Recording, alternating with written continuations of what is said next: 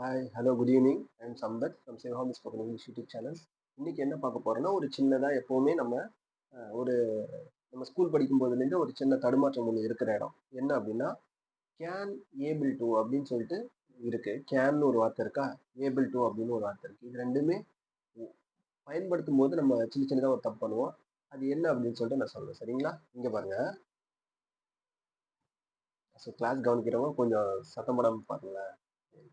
சிரிப்பு மூட்டாதீங்க. சரியா? சரி, ஓகே. இங்க பாருங்க. இப்போ கேன், ஏபிள் டூ. இப்போ கேன், ஏபிள் டு இருக்கா? 2மே.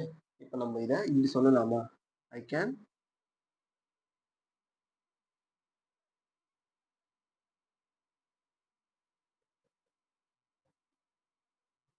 ஐ கேன் ஐ கேன் வாக் ஃபாஸ்ட்ன்னு சொல்லலாம் ஒரு வார்த்தை. 2வது வந்து 2வது வந்து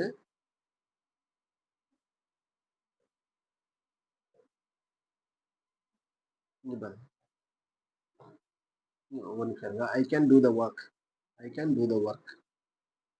ஐ கேன் டூ த ஒர்க்ன்னு இருக்கா? இன்னும் வந்து சில பேர் என்ன சொல்லுவாங்க? I can to do the work. I can able to do the work.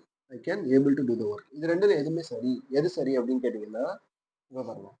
Can அப்படின்றது என்ன சொல்லுது? ஒரு செயல செய்ய முடியும். செய்யறதுக்கான பாசிபிலிட்டி இருக்கு அப்படின்னு சொல்லக்கூடிய வார்த்தை தான் இந்த கேன்.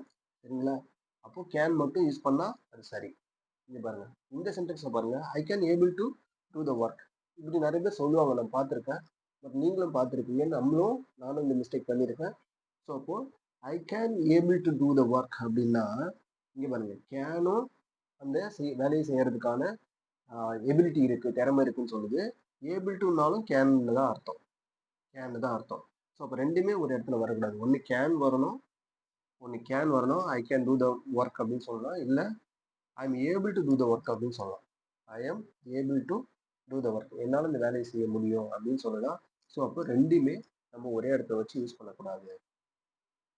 இப்போ இதுக்கு எங்க நிறைய நம்ம மிஸ்டேக் பண்ணியிருக்கோம். நான் எப்படி எழுதுவேன்னா, நான் லீவ் லெட்டர் எழுதும்போது, நான் ஸ்கூல்ல படிக்கும்போது, ஐ எம் நாட் இங்க பாருங்க. I cannot able to attend the class அப்படின்னு நான் லீவ் லெட்டர் எழுதுவேன். I cannot able to attend the class. அப்போ இது சரியானா இது தப்பு. ஸோ ஒன்று என்ன சொல்லியிருக்கணும், நான் ஸ்கூல் படிக்கும்போது ஐ கேனாட் அட்டெண்ட் த கிளாஸ்ன்னு சொல்லியிருக்கணும். இல்லை ஐ எம் நாட்